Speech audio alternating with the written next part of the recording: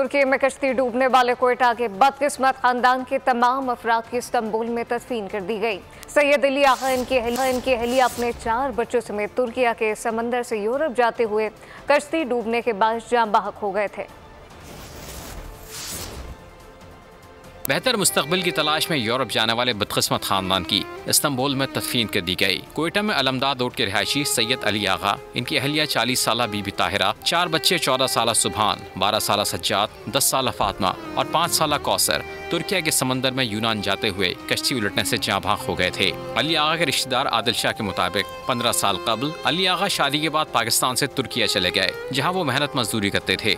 अली आगा के वालिदैन और भाई जर्मनी में मुकीम हैं। मुझे इत्तला मिली, मेरे बहनोई के छोटे भाई ने मुझे कॉल करके बताया कि कल रात के जो सानहा हुआ है कश्ती हादसा, उसमें आपकी बहन अपने बच्चों समेत वो भी शामिल है। तो मेरे लिए बहुत शॉकिंग न्यूज़ था।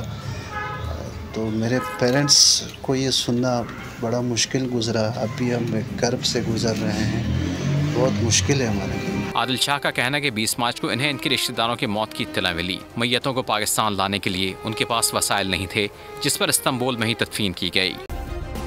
सब्सक्राइब करें और बेल दबाएं ताकि कोई खबर रह न जाए।